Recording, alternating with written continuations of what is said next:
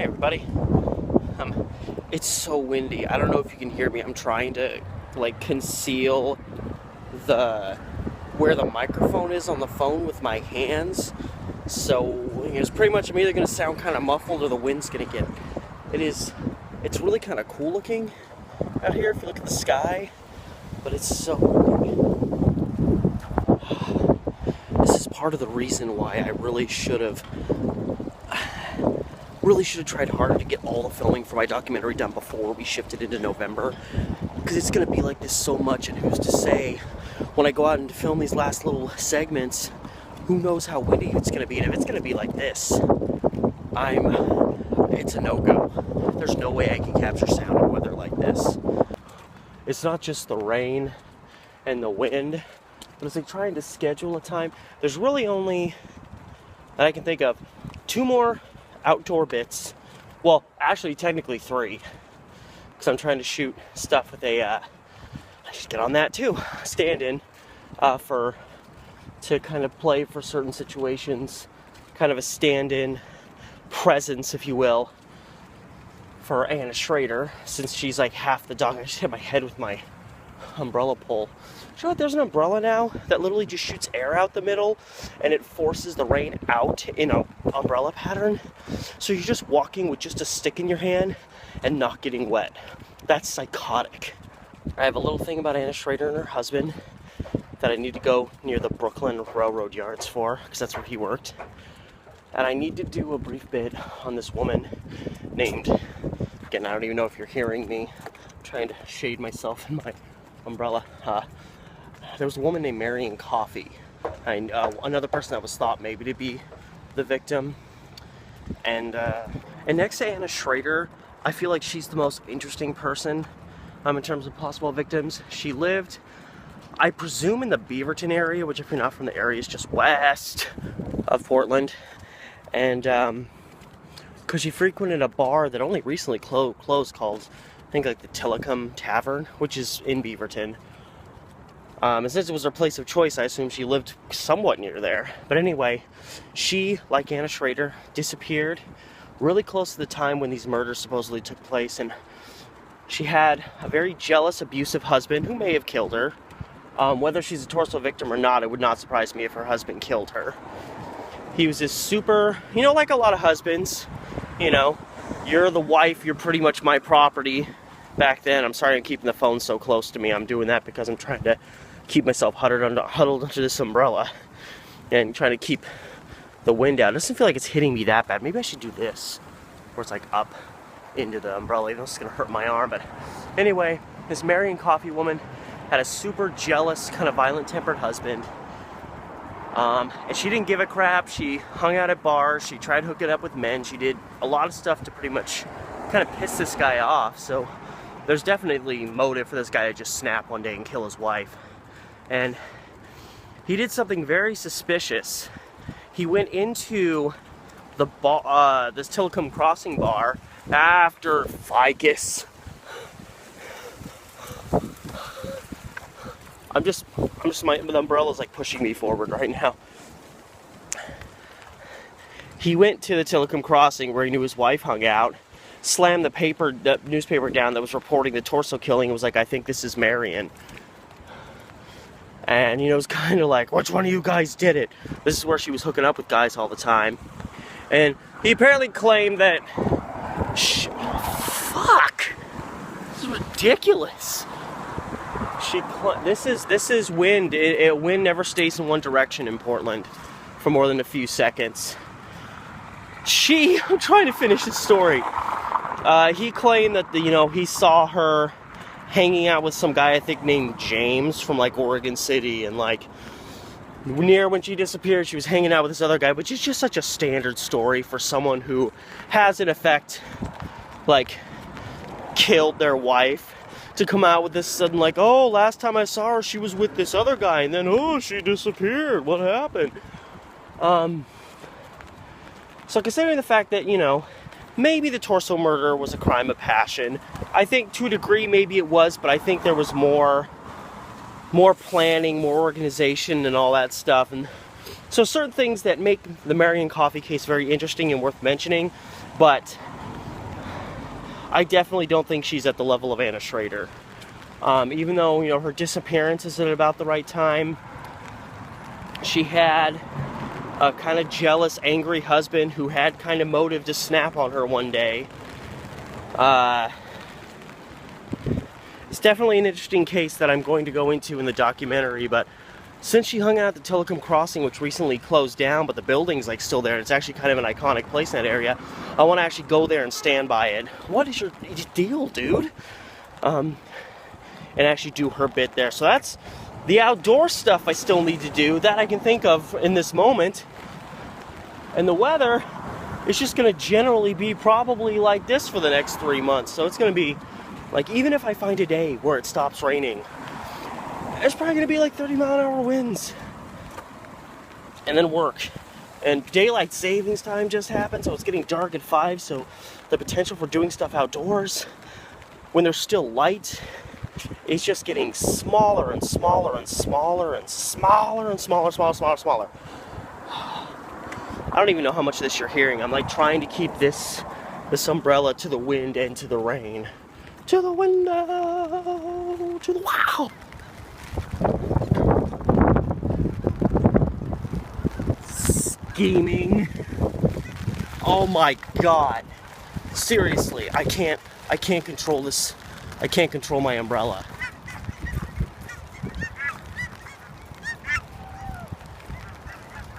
Oh, snap. What is happening? Oh my God. Oh my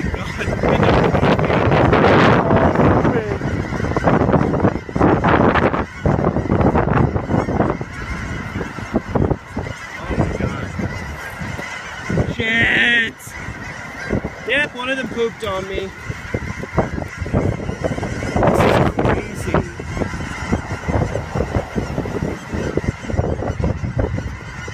I don't even care about the umbrella anymore. That is friggin' wild. And this one can't figure out what the hell he's doing.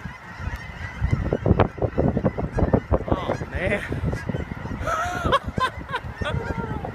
That was insane.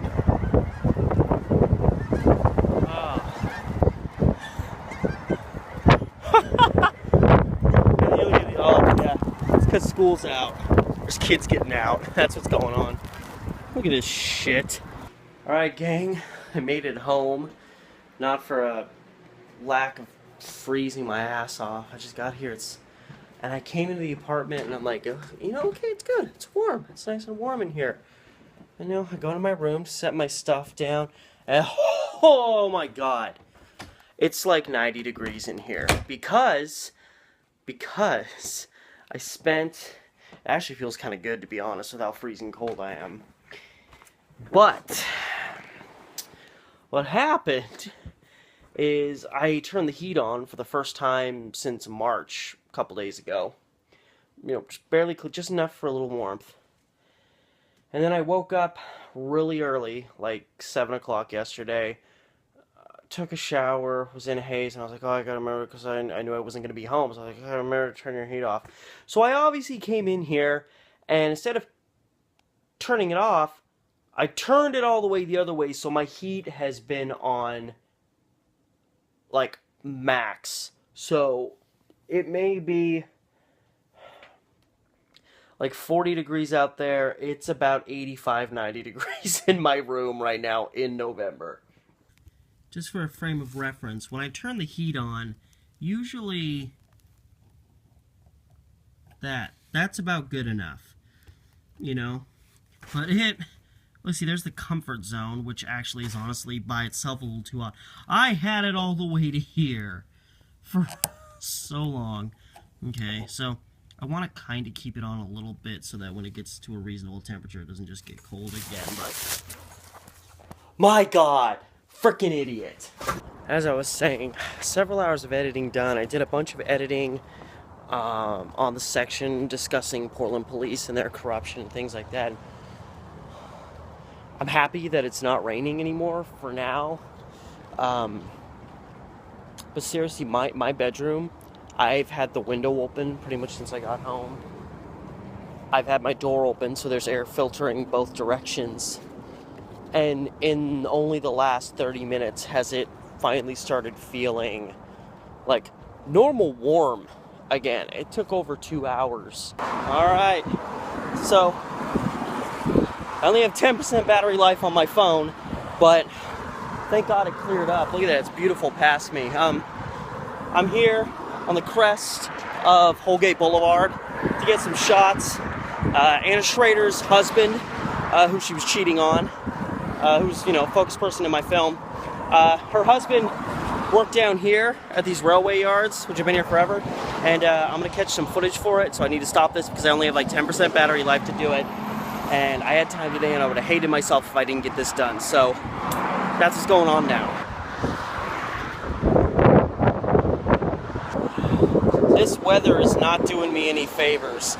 I was actually happy it's considerably less windy today than it has been the past few days, but of course I get up here up high off the ground and it's windy as shit.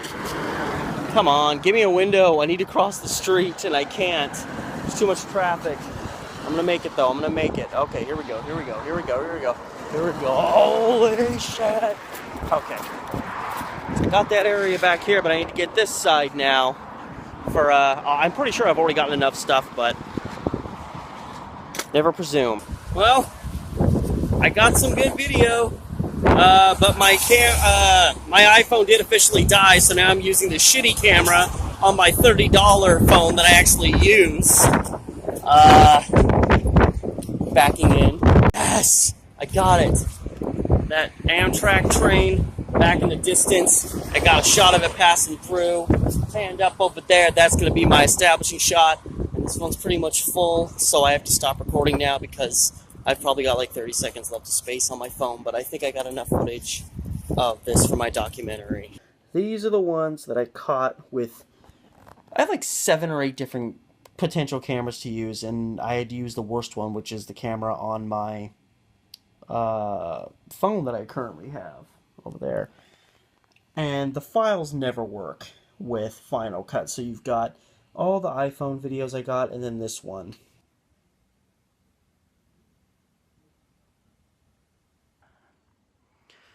Well, I'm in a bad mood, so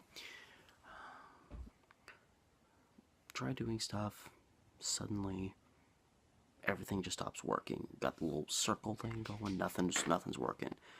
So I shut it down, restart. I actually just used the internet for a little bit and it was fine. And I noticed that I need to do an upgrade, and I'm wondering if I need to upgrade to like the next system. That tends to mess up your Mac when you haven't done that. But it wouldn't open the App Store, it wouldn't open anything. Everything just started getting weird. Menus were changing. And yeah, it's telling me there's no trouble with my Mac. Well, I guess I can try to restart, even though I know it's not going to work. It's doing something that it did. Yeah, see, I'm not getting the Apple. It did this about 2 years ago. Kind of the same thing's happening, and I almost kind of hope it's the case, and that it's not just my Mac suddenly deciding to die in the middle of making a film. It did this when the wire that goes from like the startup something, that goes from that to my hard drive, like frayed and stopped working, and it just would malfunction trying to start the computer up. Okay. Well, this is getting me nowhere. Got to where it's at right now. It said there was only 2 minutes left. It's been sitting there, numbers going up, so this is getting me absolutely nowhere. But yeah, I'm about 90% sure the cable, they say in this specific model, cable that connects startup menu to the hard drive cable, is probably the problem in it. So when I got this fixed the first time, about 1.5 years, 2 years ago, $150 at the Apple Store, so I'm thinking, great, this is going to be super expensive. Find out you can get the cord for 20 bucks. Hopefully it's a quick fix. So I just had that one of those rare moments where fast food place screws up your order, but they actually made it better. I'm supposed to get a crunchy taco with my meal. got a cheesy gordita crunch instead. So only thing that sucks is there's definitely no way I'm getting this documentary, a rough cut of the documentary, done by the end of the month. It's going to be pretty much the middle of the month before I even get my Mac up and running again. So, I mean, whatever. I get it done by November 30th. I get it done by December 5th. Whatever. Sunday, November 12th. Still no computer, Lieutenant Diane. I mean, so I'm going to come today, but hopefully my cord, cable, will show up by Tuesday, maybe? Hopefully tomorrow, but Tuesday, hopefully at least.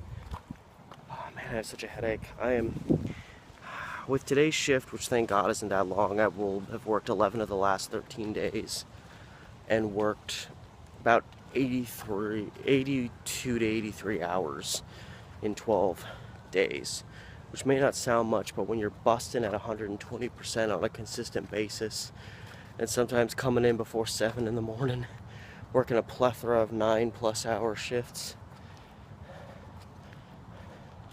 I need some sleep, and I just woke up. November 14th. Still no hard drive cable.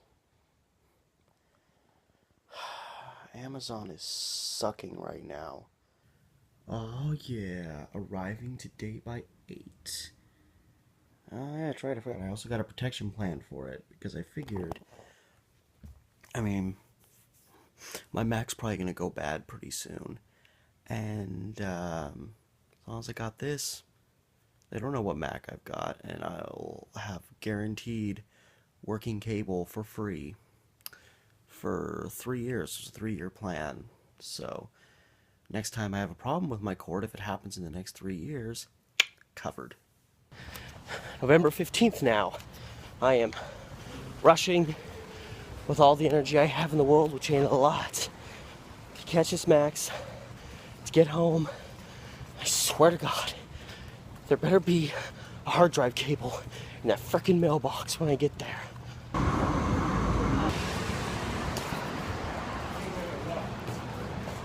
Transfer to other bus lines.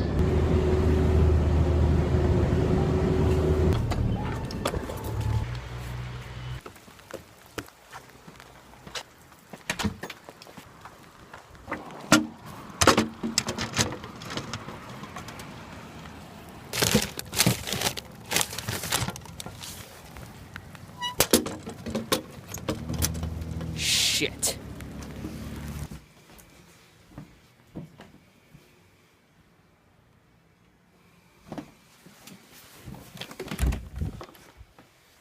Oh, those sons of bitches. So I just went on Amazon and they say it was delivered yesterday, and apparently they took a picture of it on my front door. I'm here alone. I feel like they would have put it on my door. I'm investigating. Hi, kitty. I'm gonna get so...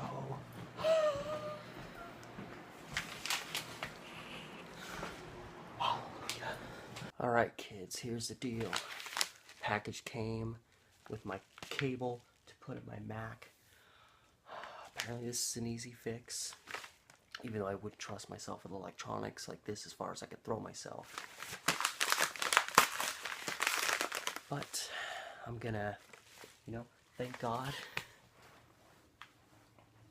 for the existence of other pieces of technology that you can use to watch videos on, because if this was all I had, I wouldn't be able to watch a tutorial video on how to actually do this, because the only way I'd be able to access it would be with the thing I need to fix. So anyway, I'm gonna pull this out of its packaging, we're gonna figure this out, and with all the luck in the world, this freaking Mac will be up and running within the next 20 minutes.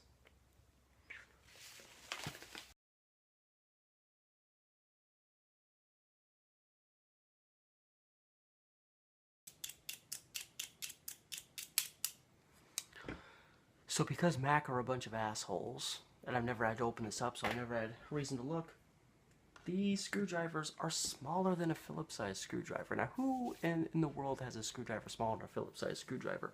I live with two guys that mess with tools and electronics all the time. None of them have one that's smaller. So, I don't have a car. It's pouring down rain. I'm not going to go out and burn an hour out of my day trying to catch a bus here, catch a bus there, find the right place, find the right thing. However, I do have this. This little flathead actually fits, you know, lengthwise into these holes, but the tip is too thick to quite get enough grip to actually start unscrewing. And these are straight enough that a flathead will work. There also happens to not be a file of any kind in this apartment. So,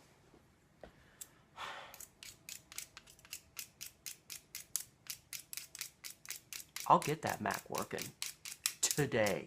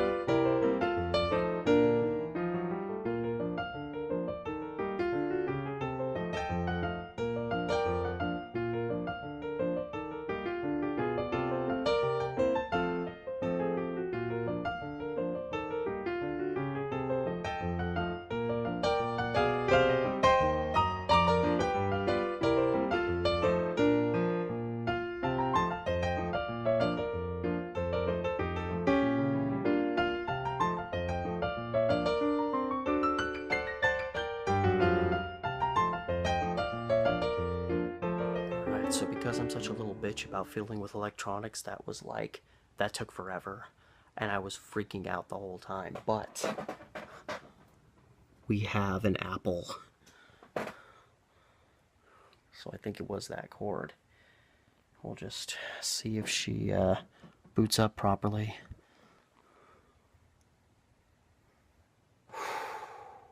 This is the second time in 2 years that I've been like on the verge of a heart attack, starting up my computer, hoping it would function. And it chose to function for me. And I cleaned some dust out too. I guess I was able to do a little bit of maintenance, but we'll see. And now that I finally have an operating Mac, it's back to editing. I had a long work week this week, which was fine because I couldn't do anything, but I have another long work week, including my birthday, November 18th. And at least 4 to 5 more working days because Justice League comes out this week. So I kind of got today and maybe one other day this week to work on this thing. Still want to get it done as close to end of November, start of December as I can. So it's 3:10. I'm gonna get to work.